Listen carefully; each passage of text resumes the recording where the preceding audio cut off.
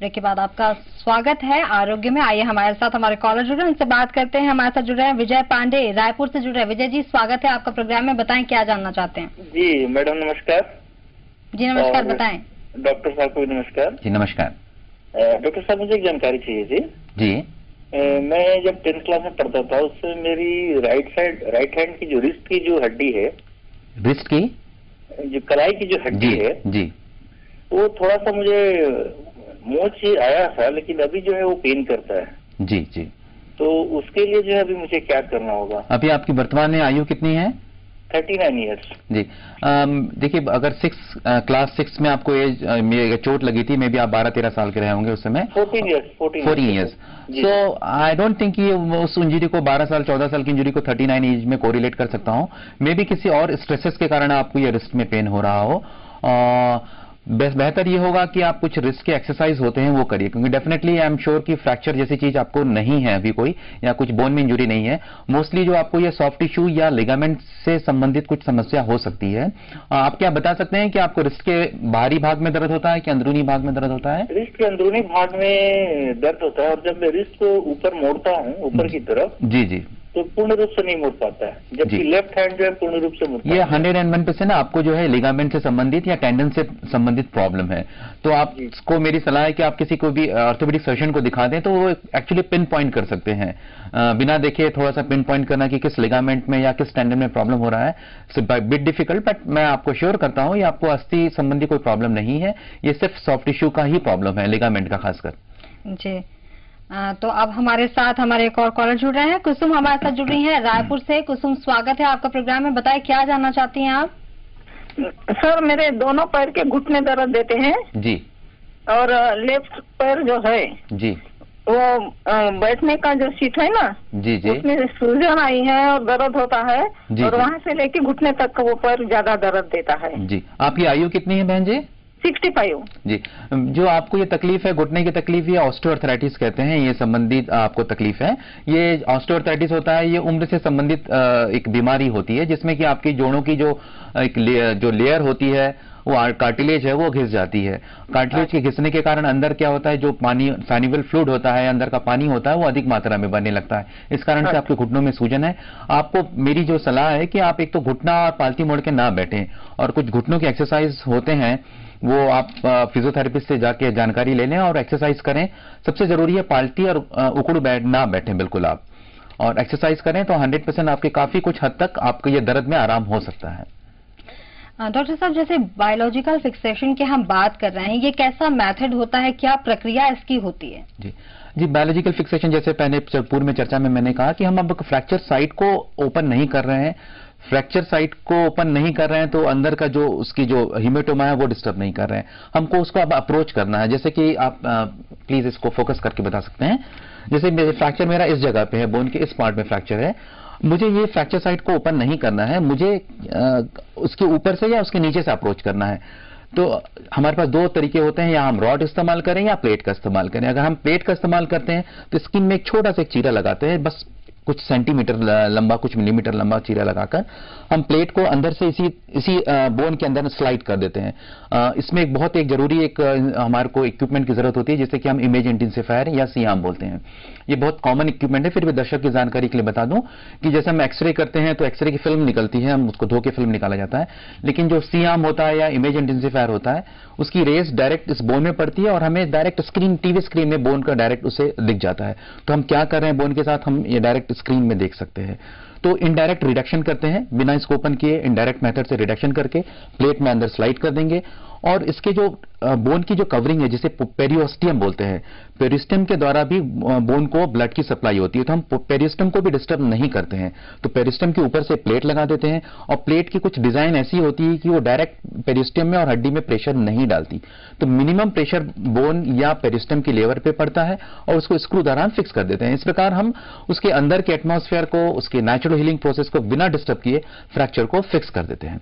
या फिर अगर ये प्लेट की मेथड है, अगर हमें रॉड डालना है तो छोटा सा चीरा लगा के बोन मैरो, जो बोन जो होती है अंदर से खोखली होती है, तो बोन मैरो के अंदर से मेडुलरी कैविटी में हम रॉड डाल के उसके फिर इंटरलॉकिंग नेल द्वारा उसे फिक्स कर देते हैं। तो ये कॉमन एक मेथड होती है। उसी प्रकार से अगर आप इसे फोकस करें तो देखिए ये कटोरी की जो बोन है उसके फिक्सेशन का मेथड है, बहुत ही एक लेटेस्ट तरीका है। जनरली कटोरी की हड्डी फ्रैक्चर होती है तो पूरा एक लंबा चीरा यहां से यहां तक लगाया जाता है, लेकिन एक सिंपल एक मिनी होल, की होल द्वारा इस फ्रैक्चर को फिक्स किया गया है।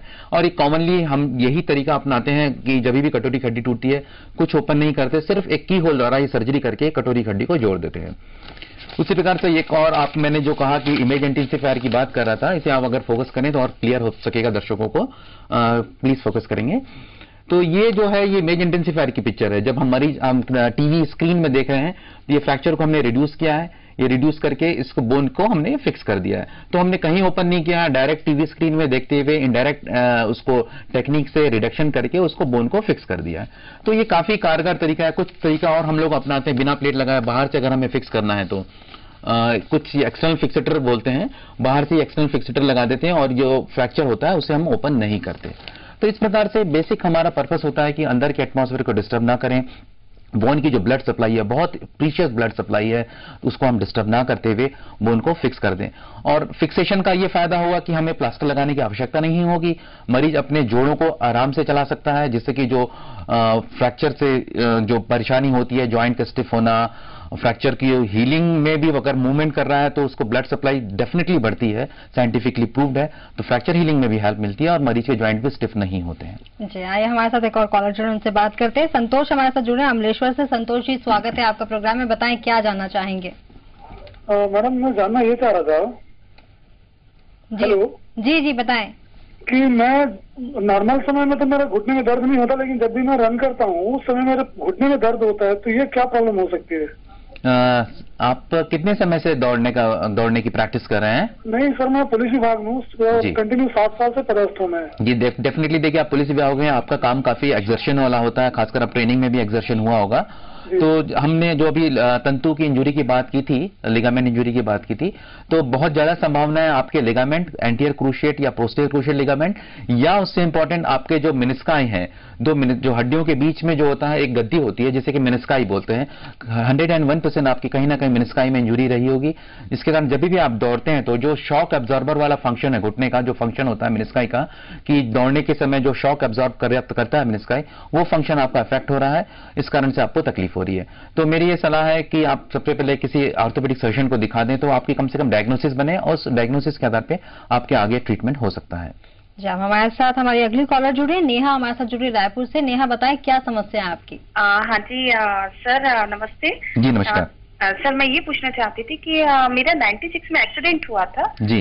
जब मेरी एज 16 इयर्स थी, तो उसमें मतलब घुटने से नीचे राइट हैंड साइड में, राइट पैर में घुटने से नीचे मतलब हड्डी क्रैक हो गई थी। तो डॉक्टर ने रॉड नहीं डाली थी, उसको प्लास्टर लगाया था 6 मंथ। तो उन्होंने कहा छोटी एज, इसलिए रॉड में प्रॉब्लम होगी आगे भविष्य में। तो सर मैं ये पूछना चाह रही हूँ कि अब मेरी एज 32 है, तो मैं वॉकिंग करती हूँ या फिर मैं कोई एक्सरसाइज करती हूँ, तो मेरे मन में हमेशा डर लगा रहता है कि मुझे कुछ प्रॉब्लम नहीं हो जाए, क्योंकि हल्का सा दर्द रहता है उस जगह। जो ज्वाइंट मतलब वहाँ पे जहाँ क्रैक हुआ था, वहाँ हल्का सा दर्द रहता है ज्यादा चलने में या ज्यादा कोई एक्सरसाइज करने में। जी देखिए, आपको एक तो पहले डर निकाल दें तो दर्द अपने आप चल देगा। ये 16 साल की इंजरी आपको इंजरी हुई थी, फ्रैक्चर हुआ था, तो ये उस समय की एज में तो बहुत अच्छी फ्रैक्चर हीलिंग होती है, यंग एज में, चाइल्डहुड एज में। तो ये दर्द है, बेसिकली ये डर के कारण दर्द है, जो एक साइंटिफिकली मैं बात करूं तो। और दूसरी बात मैं कहूं कि आप एक्सरसाइज रेगुलरली करें, एक्सरसाइज बिल्कुल आप बंद ना करें, तो हो सकता है कि आपकी जो टिश्यू है, बंद के जो आपकी मांसपेशियां हैं, लिगामेंट हैं, उसमें थोड़ी अकड़न हो रही है, वो ठीक हो जाएगी। तो आप डर बिल्कुल निकाल के, दर्द को भूल के, डर निकाल के बिल्कुल एक्सरसाइज करें, नॉर्मल चलना, नॉर्मल दौड़ना, आप सब कर सकती हैं। बिल्कुल, आपसे और भी जानकारी लेंगे। यहाँ पर रुकते हैं एक और छोटे से ब्रेक के लिए, ब्रेक के बाद चल लौटते हैं।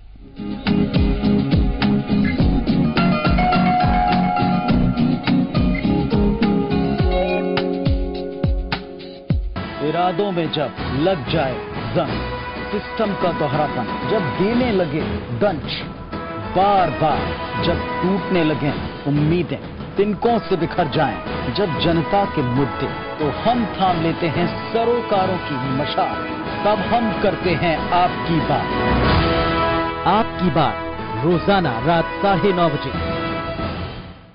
इस प्रोग्राम के सह प्रायोजक है मारुति सुजुकी ओमनी। कामयाबी खुशियों से सजाएं।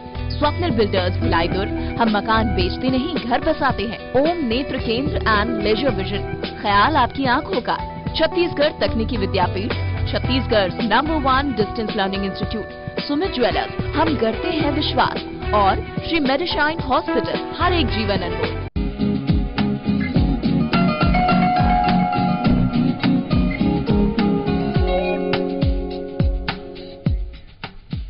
के बाद आपका स्वागत है आरोग्य में। आइए बात करते हैं हड्डी रोग विशेषज्ञ डॉक्टर सुशील शर्मा जी से। सुशील जी, जिस तरीके से आपने हमारे कई दर्शकों को बताया कि आप एक्सरसाइज कीजिए, अच्छा खान पान रखें, इससे हड्डियां मजबूत होंगी, लेकिन अगर हम कैल्शियम की बात करें तो दूध से कैल्शियम मिलता है, लेकिन आज की डेट पे अगर हम दूध की प्योरिटी की बात करें तो वो उतना प्योर नहीं हो पाता है। तो आखिर क्या करें हड्डियों को मजबूत रखने के लिए? हड्डियों को मजबूत रखने के लिए सबसे जरूरी चीज मैंने जो बताई है एक्सरसाइज। अभी भी ऐसा नहीं कि 30-35 तक एक्सरसाइज करना है, आप किसी भी उम्र के हो एक्सरसाइज कर सकते हैं, खासकर weight bearing exercises. Weight bearing exercise का मतलब ये नहीं कि आप वेट उठा के चलें, उसे वेट बेयरिंग एक्सरसाइज कहा जाएगा। आप अपने शरीर को आप वॉक भी कर रहे हैं, जॉग भी कर रहे हैं, मतलब अपने शरीर का वजन भी उठा रहे हैं, this is called weight bearing exercise. Weight bearing exercise के दो फायदे हैं, एक तो आपका जो कैल्शियम का कंटेंट है डेफिनेटली वो रिमॉडल होगा, कैल्शियम का जो कंटेंट है डिस्ट्रीब्यूट होगा, प्लस आपकी जो मसल्स हैं वो स्ट्रांग होंगी। मसल स्ट्रांग होंगी तो आपका शरीर स्वस्थ रहेगा।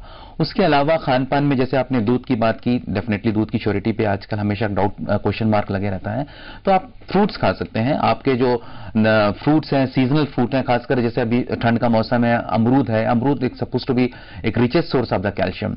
जैगरी है, बहुत सारी जो कोई भी natural fruit, fresh vegetables, these all are the good source of the calcium.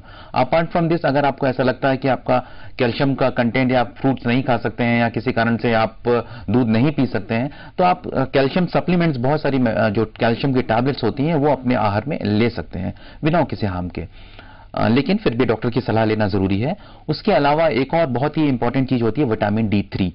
अगर आप कैल्शियम खा भी रहे हैं लेकिन आपके शरीर में विटामिन D3 की कमी है, जो कि आज के सिनेरियो में बहुत ज्यादा विटामिन D3 की डेफिशिएंसी देखने के लिए मिल रही है, क्योंकि लोग सन एक्सपोजर नहीं होता। विटामिन D3 जो है अपने शरीर में प्राकृतिक रूप से ही बनता है, लेकिन उसके लिए सन का एक्सपोजर होना, वो भी सुबह की कुछ खास समय में जो सूर्य की रोशनी अगर शरीर में पड़े तभी वो सिंथेसाइज होता है।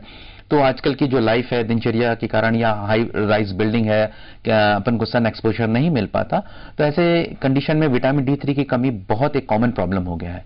तो अगर आप विटामिन D3 कमी डिटेक्ट होती है, आपके डॉक्टर डिटेक्ट करते हैं, तो विटामिन D3 के लिए आजकल टैबलेट और इंजेक्शंस दोनों अवेलेबल हैं। तो कैल्शियम के एब्जॉर्प्शन के लिए विटामिन D3 बहुत जरूरी है। अगर आप कैल्शियम ले भी रहे हैं और विटामिन D3 की कमी है तो आपके शरीर से एब्जॉर्ब नहीं हो पाएगा। तो विटामिन D3 कैल्शियम दोनों का बैलेंस बहुत जरूरी है। तो डॉक्टर सुशील, आज आपने जो जानकारियां दी और जो नए मेथड के बारे में आपने बताया, इसके लिए आपका बहुत बहुत धन्यवाद।